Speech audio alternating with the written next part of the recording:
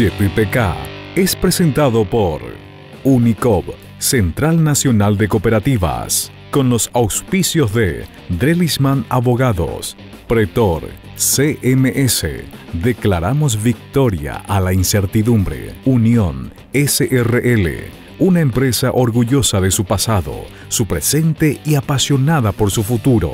ECOP, cultivando lazos de confianza.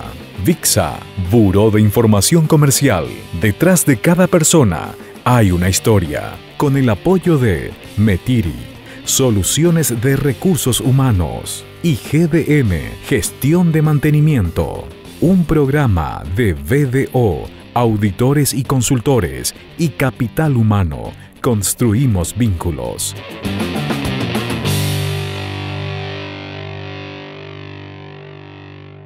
Hoy presentamos Emprendedor Público.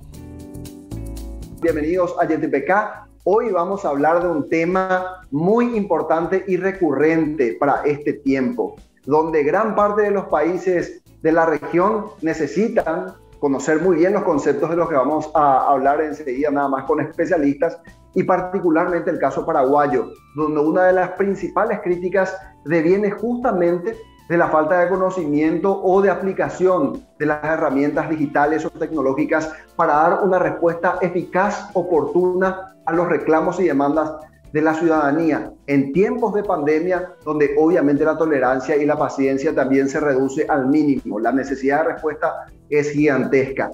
Y este es un programa que obviamente, a mi entender, me van a corregir los especialistas si estoy equivocado, tendrían que las autoridades de gestión pública tomar un anotador, un navirome o lo que tenga a su alcance y llevar los apuntes para inmediatamente poner en práctica todo aquello que vamos a conversar. Oscar Toledo me acompaña como siempre en este episodio de YPK.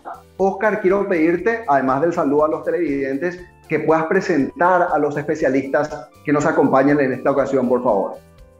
Sí, cómo no. Buenas tardes. Gracias, Roberto, por esta nueva oportunidad que tenemos dentro de YPK. Bueno, nuestro programa siempre se caracteriza por esto, ¿verdad? Por hurgar y realmente por encontrar personas así como Lucas y Verónica, especialistas en este tema.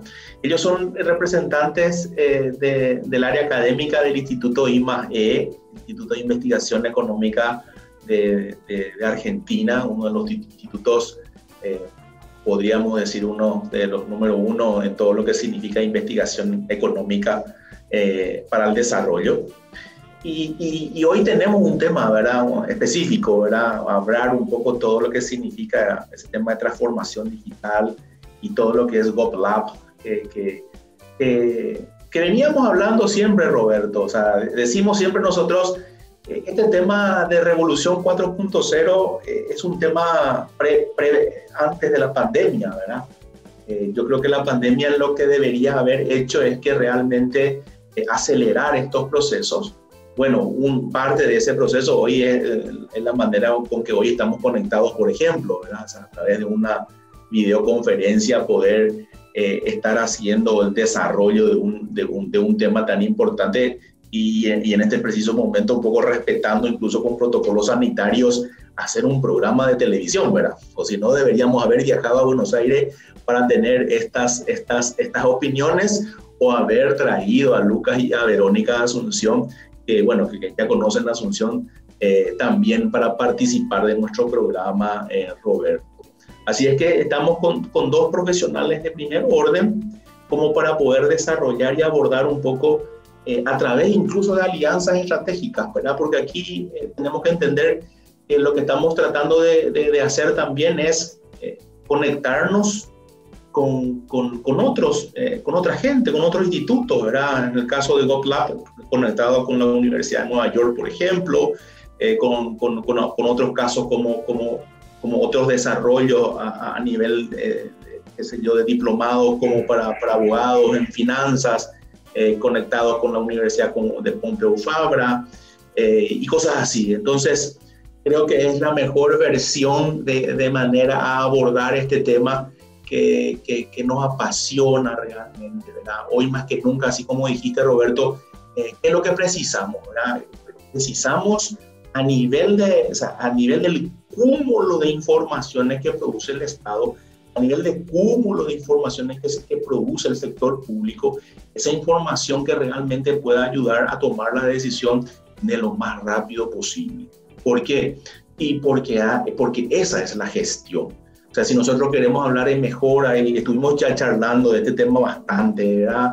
Incorporando metodologías de Izukai Kaizen, metodologías de aplicación de mejoras en la comunicación interna, pero ¿qué decimos siempre? Proceso, ¿verdad? O sea, persona y tecnología, que creo que básicamente son las cosas que tenemos que unir como para que realmente seamos ágiles en este tiempo. Entonces, hablar de este tema que hoy queremos abordar, Roberto, estamos con las dos personas que creo que nos van a poder ayudar a fijar un poco el norte y al mismo tiempo fijar cómo podemos hacer incluso como para poder conectarnos también con aquellos gurúes de este tema, ¿verdad? A través de capacitaciones, que lógicamente es lo que también estamos buscando, ¿verdad?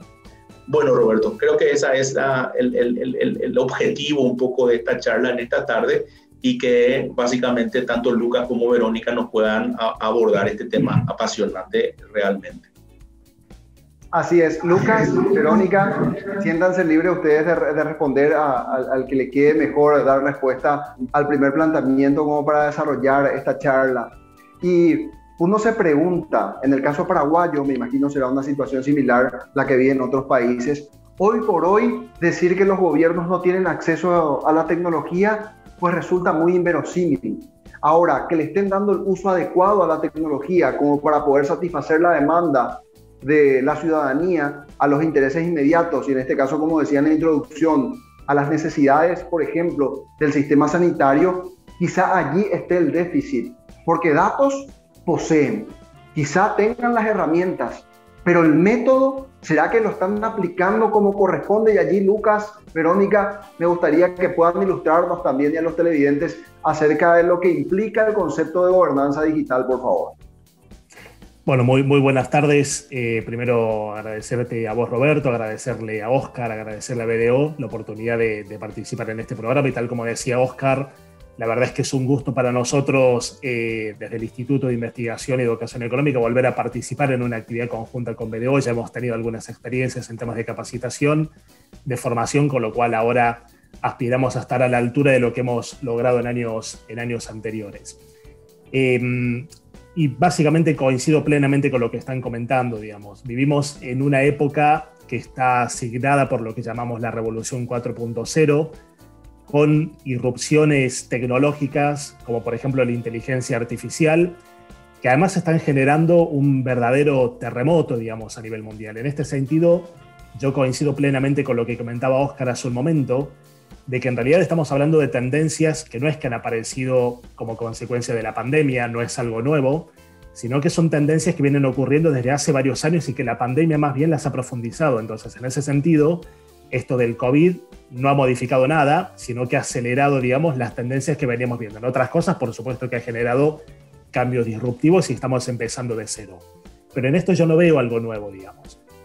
Y, digamos, desde el punto de vista de la economía, y antes de entrar en esto que comentaban de la función pública, yo creo que es un tema muy urgente, porque si estamos hablando de la cuarta revolución industrial, quiere decir que ya tuvimos tres. La primera fue la más conocida, digamos, la británica, la del siglo XVIII, siglo XIX, después tuvimos un par más. Pero en esas revoluciones industriales hubo una característica, y era que siempre se crearon más empleos de los que se destruían. Es decir, había obviamente destrucción de empleos, las nuevas tecnologías siempre destruyen empleos, pero al mismo tiempo esas nuevas tecnologías generan la necesidad de otro tipo de empleos, con lo cual, en términos netos, siempre se creaba empleo. Hoy, por primera vez, hay un consenso bastante generalizado, bastante amplio entre quienes siguen estos temas, de que la creación de nuevos empleos como consecuencia de las nuevas tecnologías, de la inteligencia artificial o de las tecnologías de la información y la comunicación más en general, no va a compensar la destrucción de empleos. Se puede haber una destrucción neta de empleos. Entonces esto urge. Y desde el punto de vista de la administración pública, yo creo que hay un doble desafío, digamos, en términos de quienes están en esa función. Por una parte, ver de qué manera se pueden incorporar estas tecnologías a la administración pública, porque la administración pública necesita modernizarse. Hay datos, pero se necesitan desarrollar entre los funcionarios habilidades digitales, se necesita formar emprendedores públicos. O sea, al interior de la administración pública hay muchísimo trabajo. Pero la administración pública también tiene un trabajo enorme en lo que tiene que ver con el diseño de políticas públicas para tratar de alguna forma de direccionar estos avances de la tecnología. O sea, la tecnología no es neutral. Si uno deja que la tecnología avance, la tecnología puede favorecer a ciertos sectores, y de hecho lo está haciendo. A nivel mundial vemos cifras realmente muy alarmantes que tienen que ver con el aumento en la desigualdad de la distribución del ingreso, porque claro, las tecnologías puestas en manos, por ejemplo, de una persona que tiene una formación académica sólida, genera un aumento muy fuerte de la productividad, los salarios dependen de la productividad, y esa misma tecnología a lo mejor ni siquiera está disponible para una persona que, por decir algo, no ha terminado la escuela secundaria o el colegio. Entonces, no es neutral la tecnología. Entonces, esta es la segunda función de la administración pública.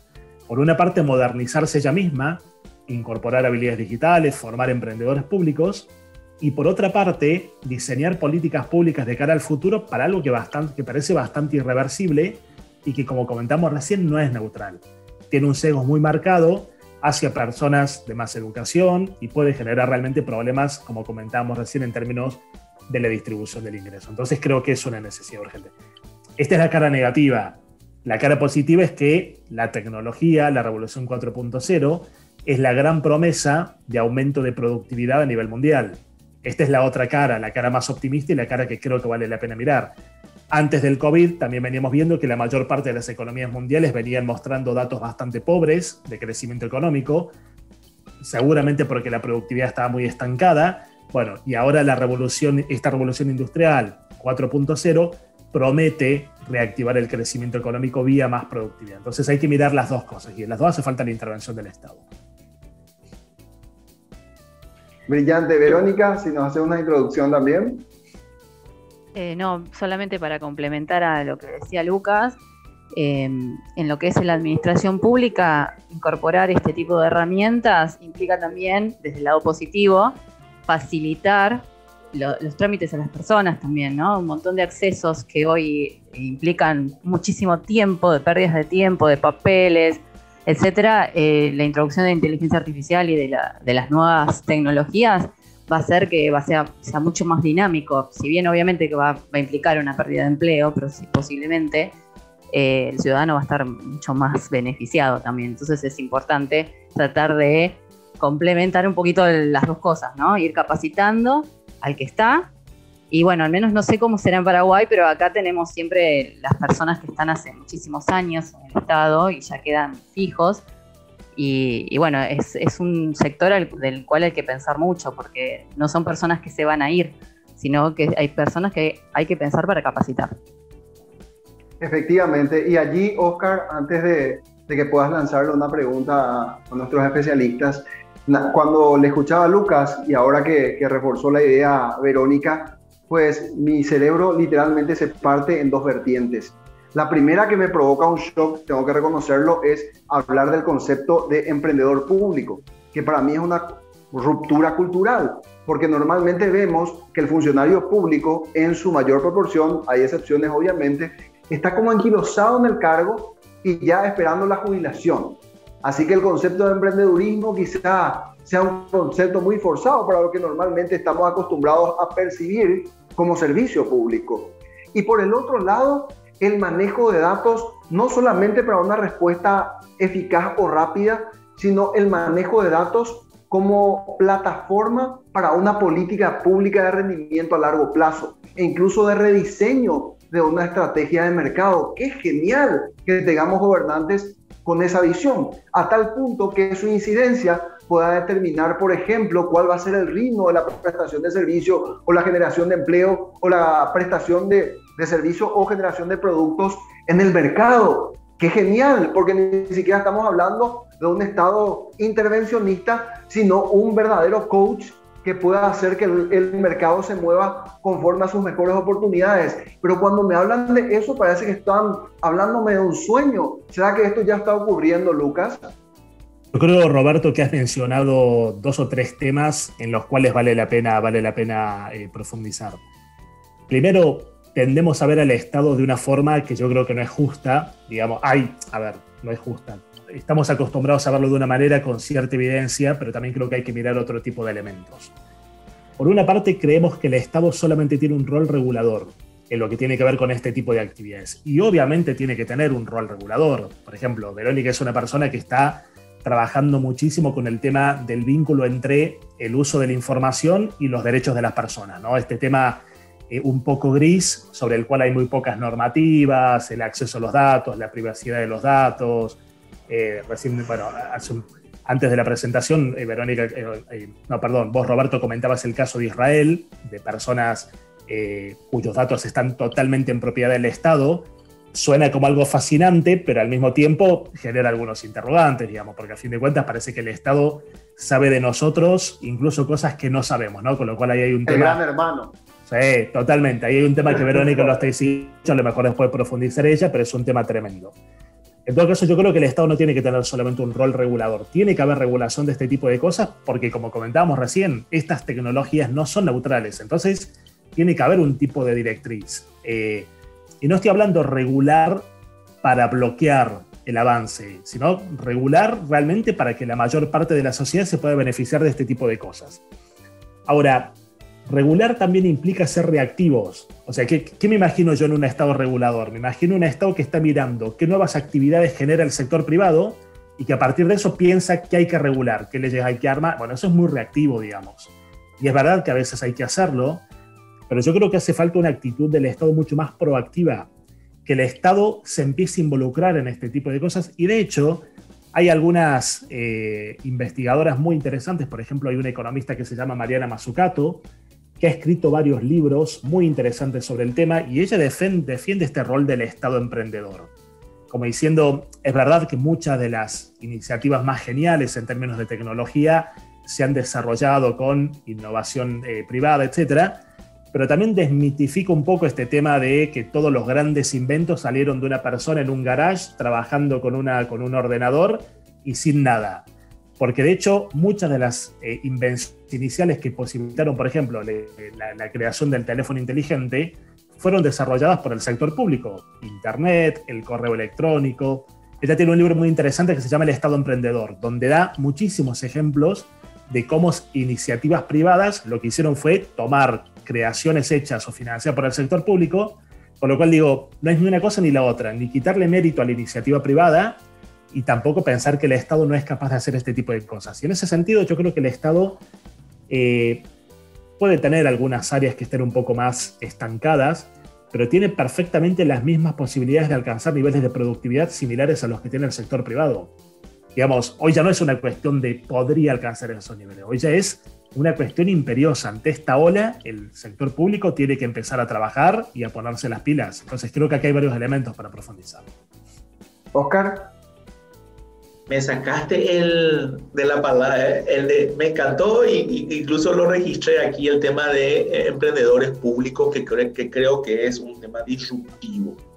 Y quiero, siempre me gusta parar la pelota y bajarla a los pies, no es que precisamente que sea un número 10, ¿verdad? Pero en el objetivo un poco de hablar en nuestra visión de lo que estamos planteando aquí y hacerlo un poco más tangible.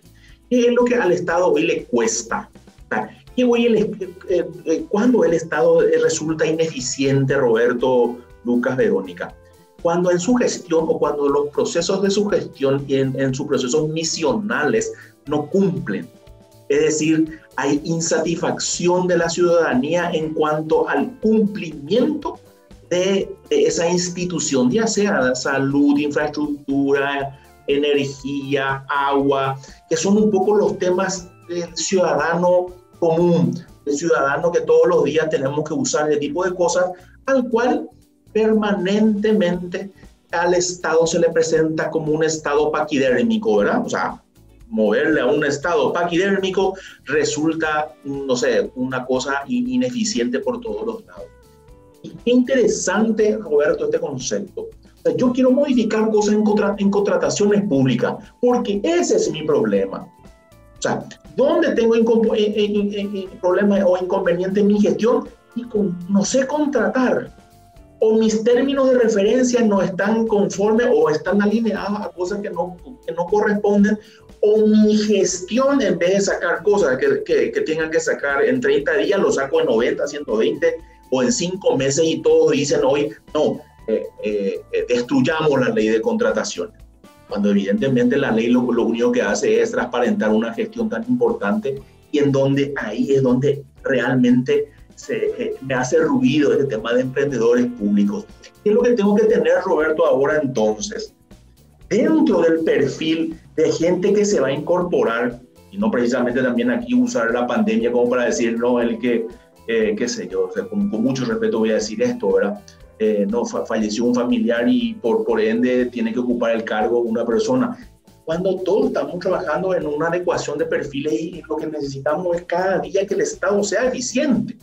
Entonces, en ese tren de incorporar personas, decíamos nosotros, proceso, persona, tecnología, de incorporar personas a la gestión pública, hoy tienen que tener este perfil. El que ingresa tiene que tener un perfil emprendedor, Roberto.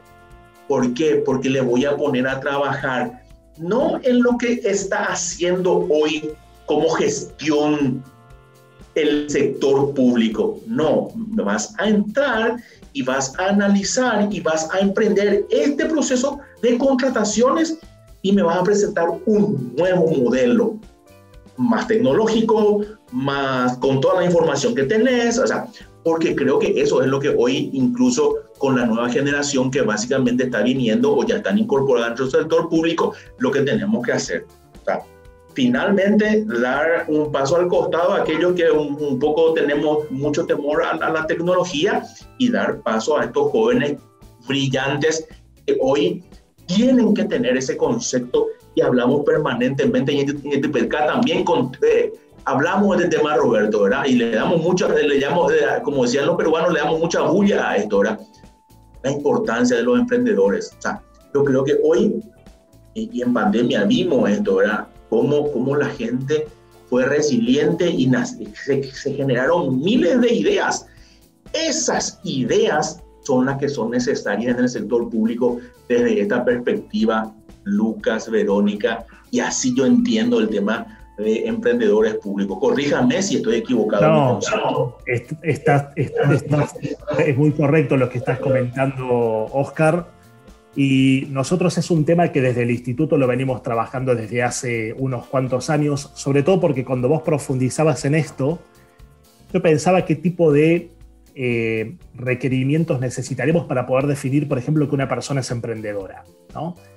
Y una persona es emprendedora, por una parte, cuando tiene actitud, definitivamente la actitud, la iniciativa, la confianza es algo fundamental, pero también los emprendedores necesitan herramientas, lo necesitan en el sector privado y probablemente lo necesiten más todavía en el sector público, porque podemos tener personas muy entusiastas, personas que digan, bueno, yo quiero utilizar estas tecnologías, las quiero aplicar para modernizar la administración pública, las quiero aplicar para diseñar políticas públicas más modernas, pero sin herramientas, sin instrumentos y sin formación, digamos, nos quedamos, no diría a mitad de camino, nos quedamos a menos de mitad de camino. Por eso también nosotros en particular venimos trabajando desde hace muchos años con estos temas, trabajamos mucho con el sector público, dotándolos de herramientas. Y en este sentido, bueno, un poco la iniciativa o esta del programa, un poco sobre lo que hablaremos después, apunta a esto, es decir, formar emprendedores públicos.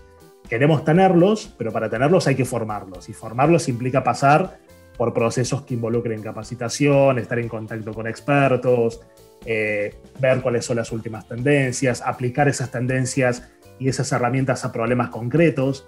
Este es otro punto importante, digamos, un emprendedor público necesita estas herramientas, pero no las necesita desde un punto de vista teórico, conceptual solamente. Está bien entender el concepto, pero si después no sabemos cómo aplicarlo, digamos, a resolver un problema concreto, en la gestión de los recursos humanos en la administración pública o en el área de presupuesto o en el área de salud o de educación o de lo que sea, seguimos quedándonos a mitad de camino. O sea, es un desafío interesante, pero yo me enamoré igual que vos del concepto de emprendedor público. Ahora me quedé dándole muchas vueltas a qué necesitamos para formar esos emprendedores públicos, ¿no? Para llegar ahí.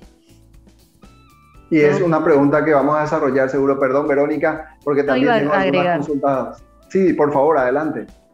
No, iba a agregar que no solamente va a ser también una demanda de los propios jóvenes que quieran incorporarse al sector público.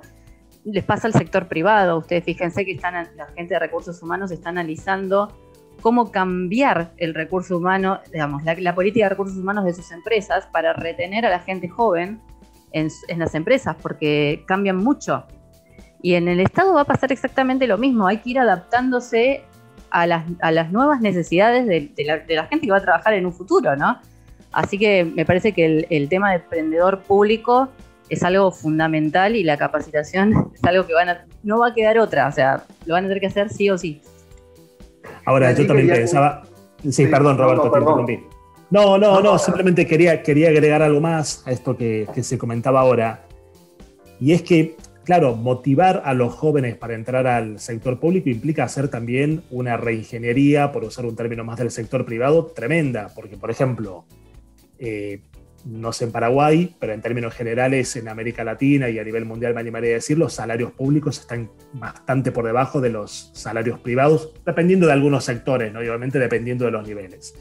Entonces, por una parte hace falta eso, pero por otra parte, en economías de mercado, como las economías en las cuales nosotros operamos, los salarios también tienen que ver con la productividad. Entonces digo que los jóvenes que, como comentaba Verónica, que recién se gradúan, empiezan a ver el sector público no como un lugar atractivo para trabajar, en el sentido de decir, listo, entro a trabajar acá y acá me quedo, digamos, y no pierdo el trabajo. No, que entren con motivación, que entren con ganas de hacer cosas, con ganas de transformar cosas.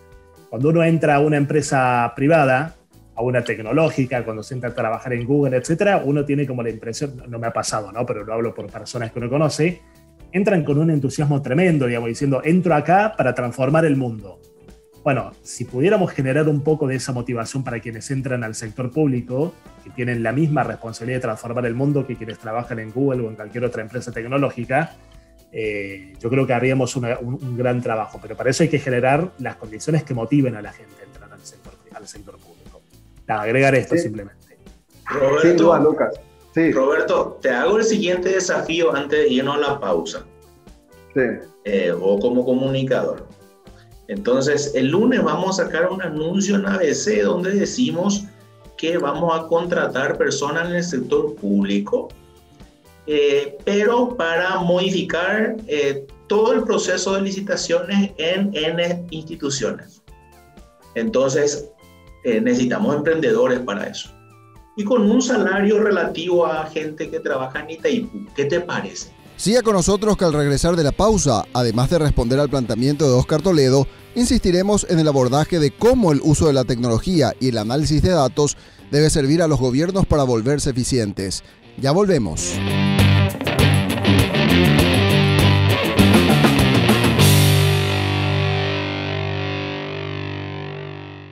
Sumamos valor. Sumamos al desarrollo productivo de nuestra región y del país, porque producimos de manera eficiente, responsable y segura.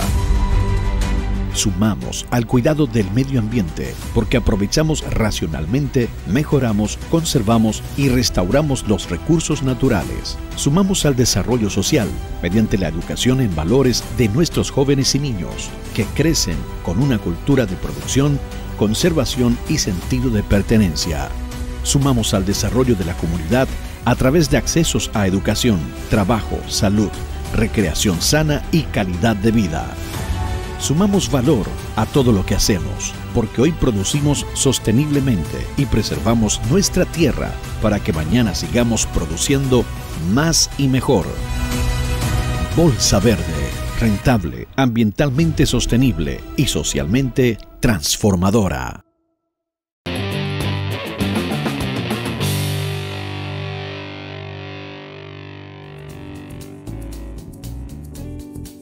Decíamos en el bloque anterior que el desafío de la mejora en la función pública pasa por una cuestión de estímulo y de correcta selección de colaboradores para crear a los denominados emprendedores públicos. Pero, ¿cómo se consigue eficiencia con los que están en servicio? Seguimos la charla al respecto. Lo que yo quería decirle a Verónica, también aprovechando un poquitito esto de que ella maneja muy bien la conexión que existe entre los servicios que presta el Estado con la demanda de la ciudadanía, cómo articular, porque estamos viendo estados, y me remito a la experiencia paraguaya, para que ustedes obviamente con una visión más global puedan darnos respuestas más asertivas. La experiencia paraguaya es, como decía Lucas, una experiencia reactiva. Tiene que explotar la bomba para ver si desarrollamos la herramienta para poder satisfacer esa respuesta, a pesar de los datos que ya pudimos haber obtenido de otra forma. Y se llega tarde y la respuesta, esto es lo peor, la respuesta que da el Estado que maneja los datos es una respuesta que per se plantea mayores dificultades y no soluciones. Les cito un ejemplo.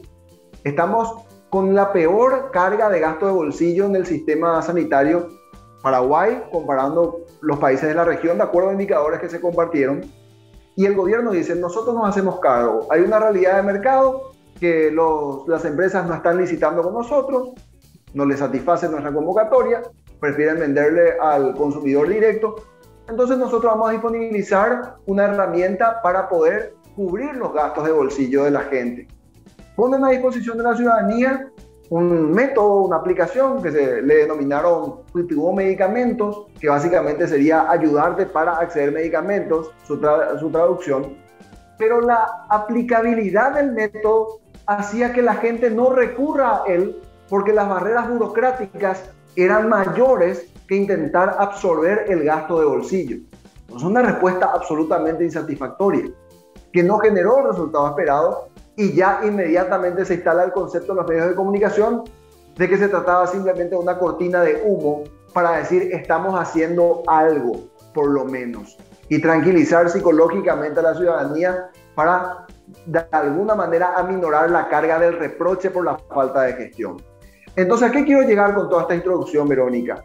¿Cómo articular estrategias de respuesta rápida y eficaces ante determinadas coyunturas, como el caso, por ejemplo, que les citaba, de un problema de quiebra de stock que tuvo el Ministerio de Salud Pública, pero los productos sí estaban en el mercado?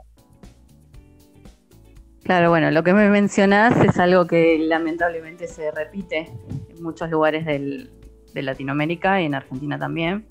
Yo creo que hay un gran desconocimiento del funcionario público, pero no como funcionario, sino más bien del político a cargo, digamos, de las verdaderas necesidades de la gente. Esto es una opinión muy personal y porque también viví y trabajé en el sector público. A veces los diseños que ellos hacen de las políticas están muy alejados de la realidad del ciudadano común, del ciudadano de a pie. Entonces, hasta que ellos no se bajen a ver cuál es la verdadera necesidad, cómo es lo que ellos necesitan, cuál es su proceso, qué es lo que tienen que hacer, cuánto tiempo tardan. Hasta que eso no suceda, no hay manera que puedan diseñar una política, en este caso de salud, que sea realmente eficiente. Siempre hay que hacer una evaluación previa y eso implica tener gente en el campo, en el terreno y decir, bueno, a ver, ¿qué es lo que está pasando? Si no hacemos una evaluación previa de la situación, es imposible que de una sola idea, por muy buena que sea la idea, tenga efectos positivos.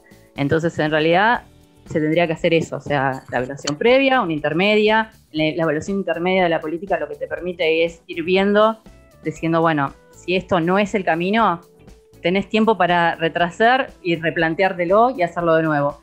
Pero eso, lamentablemente, no se ve en muchas políticas que aplican los distintos gobiernos.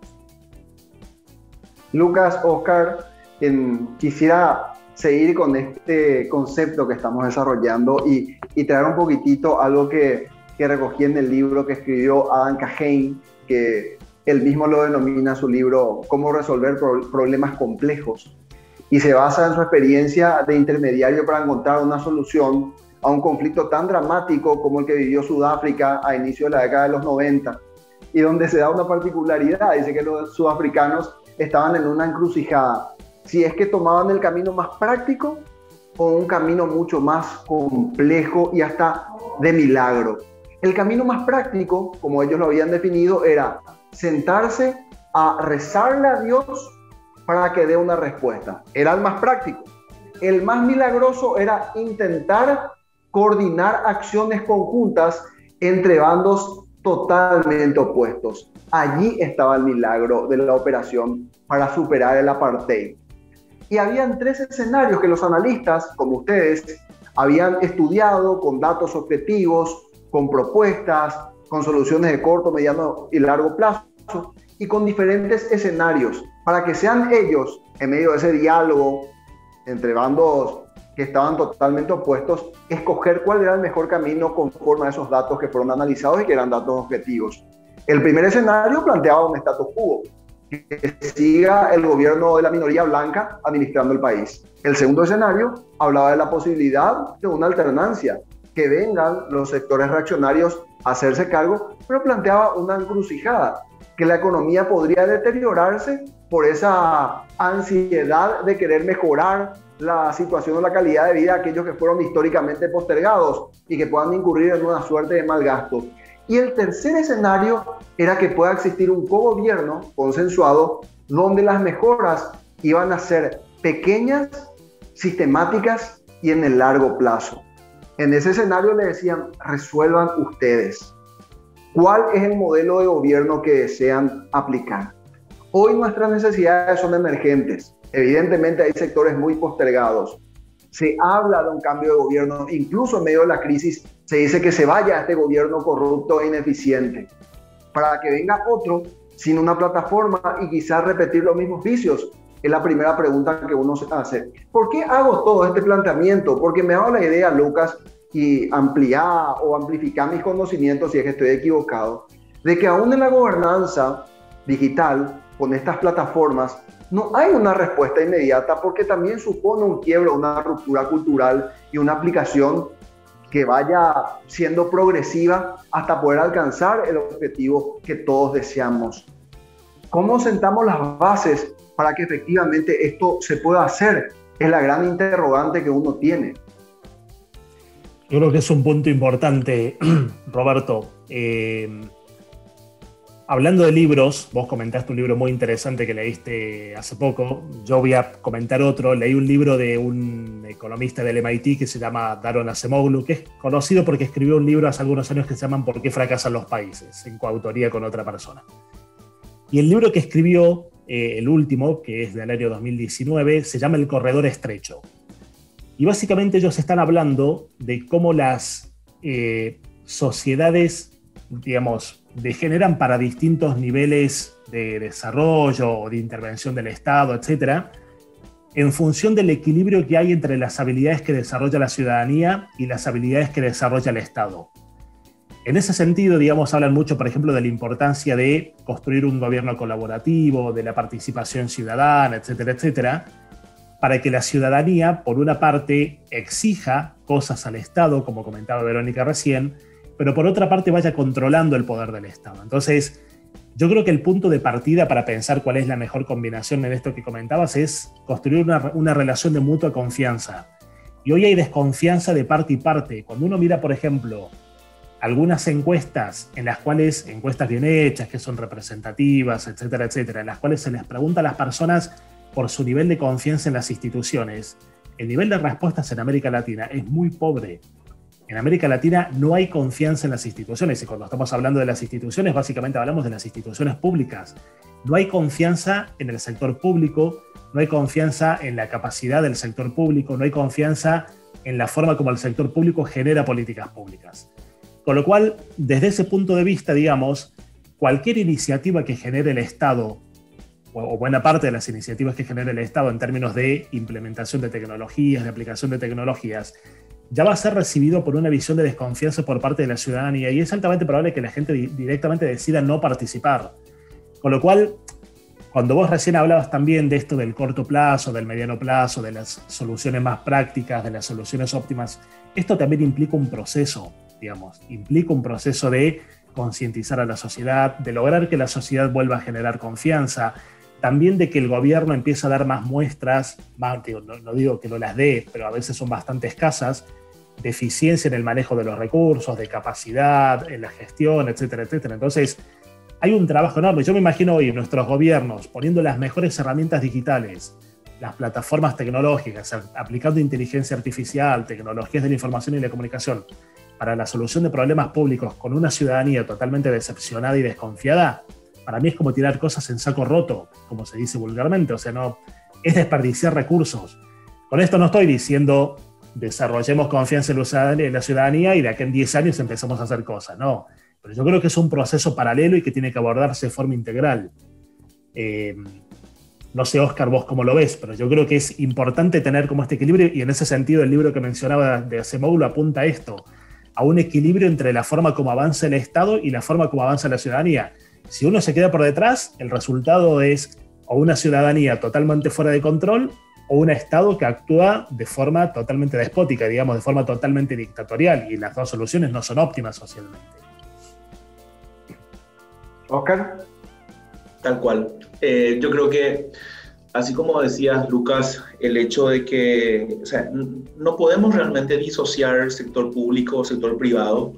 Yo creo que estamos aprendiendo incluso a trabajar mejor con las dos líneas de trabajo. Y entiendo que debe pasar por ahí, ¿verdad? Tenemos que los dos sectores sentarnos en un diálogo bien franco, separar un tema que yo sé que es difícil, pero separarlo estrictamente político-partidario y analizar lo político en gestión pública, ¿verdad? Y ahí es tener unos pensamientos de más de largo plazo, ¿verdad? Con relación a lo que nuestros pueblos van a necesitar en este tiempo, ¿verdad? Entonces ahí es que Latinoamérica preparada para esto, ¿verdad? Y yo creo que sí, ¿verdad? Creo que tenemos las herramientas como para poder hacerlo, pero sí nos hace falta este diálogo franco, o sea, un diálogo incluso que trascienda a nivel gubernamental, de gobernantes, ¿verdad? Esto que estamos haciendo hoy, o sea, hoy vivimos un tema de Mercosur, pero ¿cómo lo aplicamos eso, verdad? Está siendo difícil, ¿verdad? Está siendo difícil compartir cosas, ¿verdad? O sea, hoy hay un llamado de que ¿a quién le sobra una vacuna? ¿O quién está dispuesto a decir, no es que me sobre, pero veo que mi vecino necesita, ¿verdad? O sea, entonces la caridad no siempre está dentro de lo que te sobra, sino de lo mejor que puedas dar, ¿verdad? Y solemos siempre decir eso, ¿verdad? Si en casa podemos comer con medio kilo de fideo, entonces, y tengo 1 kilo, ¿verdad? Y voy a dar el medio, ¿verdad? O voy a dar 3/4 y me voy a quedar con 1/4.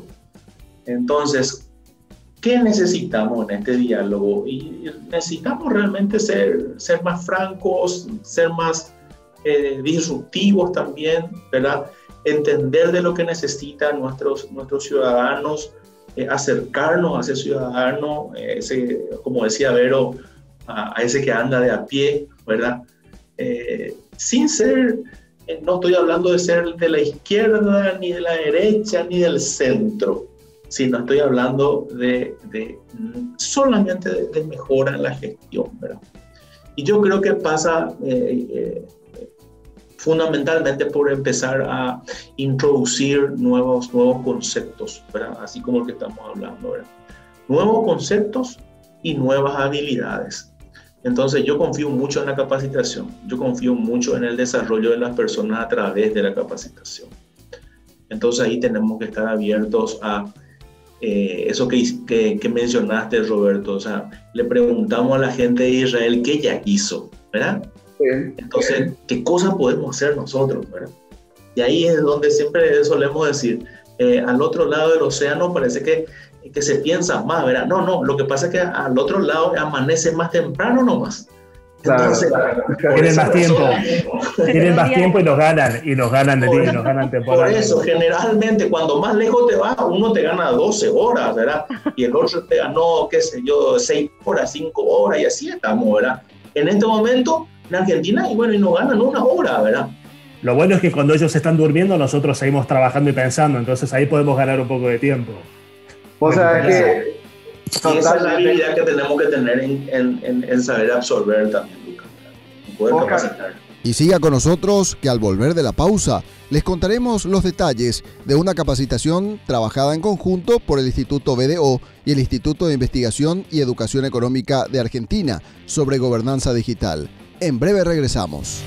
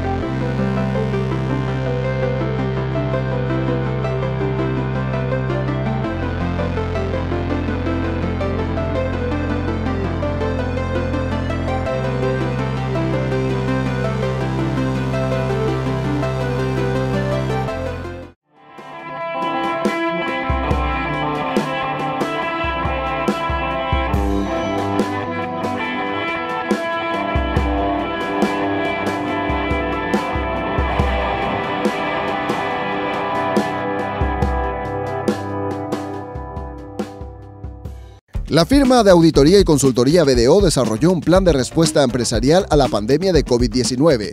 El objetivo es la continuidad del negocio sobre la base de la comunicación interna y el sostenimiento de 3 pilares de ejecución: protección legal, protección económico-financiera y reorganización interna.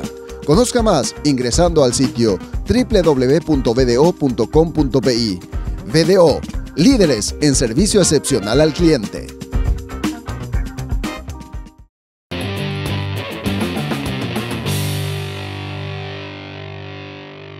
Si bien estuvimos hablando de diagnóstico, de conceptos que pueden ser muy prácticos y aplicables, decía más temprano, cuando iniciamos la conversación, Lucas, de que tampoco basta con tener buena voluntad si uno no tiene la capacitación o el conocimiento técnico para llevarlo a la práctica. Y allí tengo entendido, y por favor les pido más detalles, que el Instituto de Estudios Económicos con BDO están ofreciendo precisamente un curso, una capacitación para aquellos que quieran perfeccionar la aplicación de este concepto que decíamos de la gobernanza digital. ¿De qué se trata esto? ¿Cuándo arranca? ¿Cómo uno se inscribe? A ver si me pueden contar, por favor.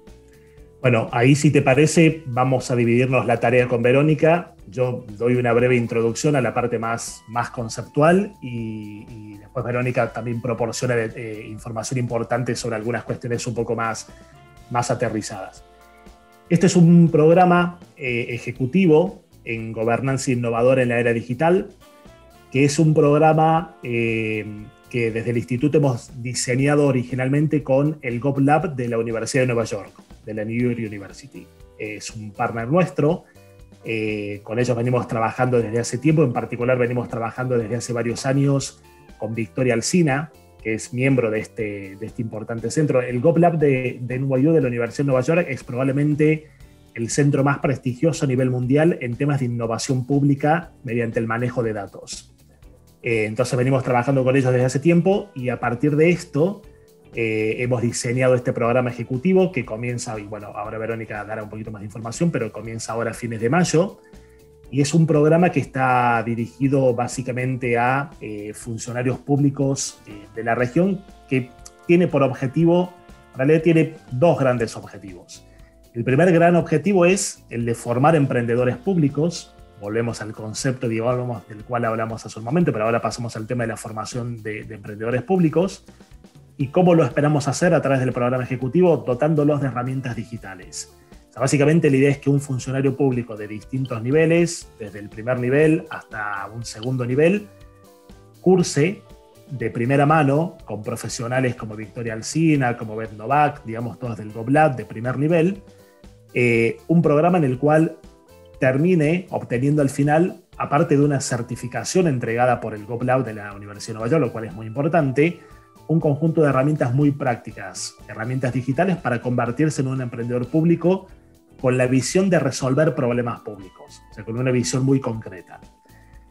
Y además, en este sentido, digamos, BDO es nuestro partner en esto, es nuestro socio, y es básicamente la institución a través de la cual estamos haciendo toda la difusión y toda la promoción del programa en todo el territorio paraguayo, digamos. Con BDO ya hemos tenido, a través de Oscar y de las autoridades y de otras autoridades de BDO, hemos tenido la oportunidad de trabajar en otro programa hace algunos años, hace un año en realidad. En ese caso lo hicimos con la Universidad de Harvard. Siempre a BDO le gusta trabajar con universidades de buen nivel, digamos. A veces le hemos acercado alguna otra propuesta y nos ha mirado como diciendo, me traes Harvard, no me traigas otra cosa ahora, digamos. Pero bueno, pero esto del GovLab de NYU también los ha convencido. Y nada, son nuestro partner, digamos, para que todas las personas del Paraguay, funcionarios públicos que deseen participar del programa, lo hagan formalmente a través de BDO. Un comentario adicional acerca del público. Si bien es verdad que estamos buscando emprendedores públicos, también es verdad que aspiramos, y de hecho ya tenemos personas inscriptas que no vienen solamente del sector público. También tenemos profesionales que vienen del sector privado o de cámaras empresarias, por dos razones. Por una parte, porque las cámaras empresarias o a veces las mismas empresas están muy interesadas en ver qué está haciendo el sector público en ese vínculo, en proyectos conjuntos. Y por otra parte, porque si bien en las aplicaciones que se van a dar durante el programa va a haber una orientación hacia problemas públicos, la verdad es que las herramientas son perfectamente aplicables para los problemas que enfrenta el sector privado, digamos. No es algo exclusivo del sector público. Entonces el sector privado también se puede beneficiar de la obtención de estas herramientas.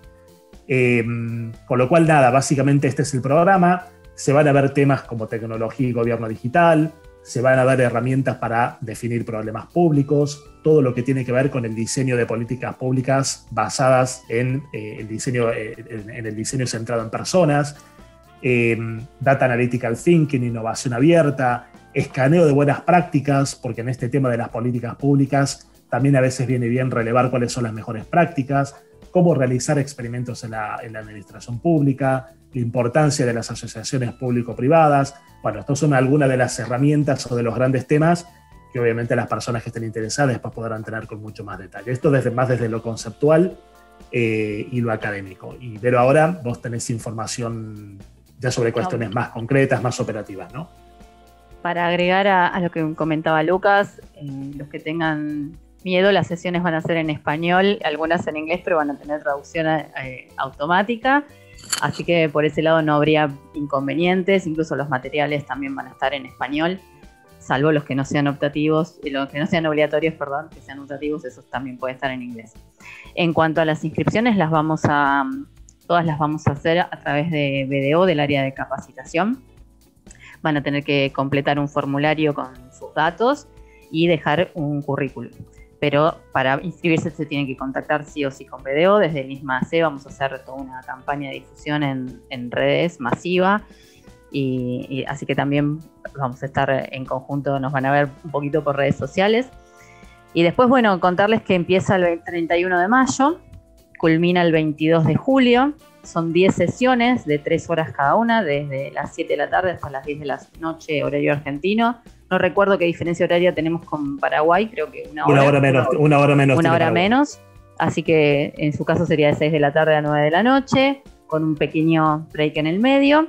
Por streaming, ¿no? Por streaming, vía streaming en vivo. Sí, todo por streaming, porque obviamente no podemos hacerlo presencial. Y todo sincrónico. Todo sincrónico, van a tener acceso a materiales, a videos, a lecturas, absolutamente todo. Y bueno, como estamos tan cerca, las inscripciones las vamos a ir tomando hasta el 21 de mayo, para que nos dé tiempo también para armar todos los perfiles, contactarnos con todos, armar los grupos de WhatsApp, etcétera, para que estén todos conectados. Ya tenemos bastantes inscriptos, hay perfiles muy altos de toda Latinoamérica. Así que, bueno, bienvenidos, ojalá se puedan ir sumando. Yo voy a estar en contacto permanente con Oscar. Excelente, Verónica, Lucas. Y Oscar, te pido que nos dejes un mensaje final de este capítulo de JTPK, obviamente con esta herramienta de capacitación que están ofreciendo, pero con el concepto en sí, porque bien sabemos, y obviamente los partners también ya saben, que Oscar tiene una larga trayectoria en la gestión pública, pues también tiene una excelente trayectoria en la gestión privada, así que es un mix exacto allí es lo que se está necesitando. Gracias Roberto.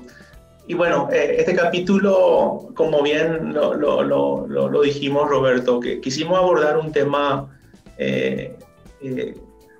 necesario, un tema que básicamente decíamos no es precisamente por un tema pandémico, sino porque en realidad lo que soñamos, lo que trabajamos permanentemente para el sector público, sea desde el privado o desde el mismo sector, es mejorar la gestión. Y creo que BDO tiene toda una línea de negocios orientada al sector público. Hemos invertido realmente tiempo, tenemos un plantel que básicamente trabajamos en todo lo que sea sistemas de control. ¿Y qué decimos siempre dentro de las firmas? Si nosotros, o sea, ¿cuál es nuestro granito de arena, verdad? Colaborar para que realmente esto mejore, ¿verdad? Colaborar, articular lo que básicamente planteamos, ¿verdad? Y hoy encontramos realmente que otras personas con experiencia, así como Lucas y Verónica y todo el plantel de profesionales de una universidad tan prestigiosa como la Universidad de Nueva York, están abiertos al desarrollo de esta herramienta y esta capacitación. Entonces, vemos que no solamente podemos hablar de una problemática, Roberto, sino al mismo tiempo también dar una solución. O sea, el objetivo no es solamente de decir lloramos, ¿verdad? Decíamos de pasar eso, ¿verdad? Tipo, no está con nosotros hoy Sebastián, ¿verdad? Pero le decíamos, tipo Moria Kazan, si quieres llorar, ¿verdad? Pero no pasa solamente por ahí, ¿verdad? Sino por también brindar la herramienta. Entendemos que esto es brindar la herramienta, Roberto, y tener dientes todo. El hecho de que no solamente hablar de una problemática, sino decir, por aquí podemos salir, creemos que este es el camino, hacia acá tenemos que ir, esto tenemos que hacer, formarle a la gente, ser formador de formadores, ¿verdad? Y que realmente prenda esto que me encantó escuchar hoy, ¿verdad? Y creo que a vos también, Roberto, este tema de emprendedores públicos, me encantó eso, ¿verdad? Y me quedo con eso, ¿verdad? Que si somos ese colaborador de formar ese emprendedor, hemos hecho patria, mi querido amigo. Así es que creo que esto es lo que nos queda, ¿verdad? Hacer eso, patria. Gracias, Oscar, gracias, Lucas, y también a Verónica. Gracias a ustedes. Sí, como lo decía bien Oscar, el propósito de este programa, de este espacio en televisión, desde la perspectiva de negocio, es no solamente mostrar el diagnóstico y hacer críticas cuando corresponde, sino dar esa milla de más, que es ofrecer la herramienta para que la situación pueda resolverse de la manera más factible posible y que pueda generar esa solución que también la gente está esperando. Así que cumplimos nuevamente con nuestro objetivo en este episodio de JTPK, con la colaboración de estos dos especialistas que estuvieron contribuyendo y mucho para que nosotros podamos hacerles llegar a ustedes este mensaje nuevamente propositivo, que es la piedra fundamental de JTPK, como ustedes bien lo saben. Así que muchísimas gracias. Nos reencontraremos el próximo fin de semana en un nuevo episodio de JTPK. Será hasta entonces. JTPK fue presentado por Unicob, Central Nacional de Cooperativas, con los auspicios de Drelisman Abogados, Pretor, CMS, Declaramos Victoria a la Incertidumbre, Unión, SRL, una empresa orgullosa de su pasado, su presente y apasionada por su futuro, ECOP, cultivando lazos de confianza, VIXA, Buró de Información Comercial, detrás de cada persona hay una historia, con el apoyo de Metiri, Soluciones de Recursos Humanos, y GDM, Gestión de Mantenimiento, un programa de BDO, Auditores y Consultores y Capital Humano. Construimos vínculos.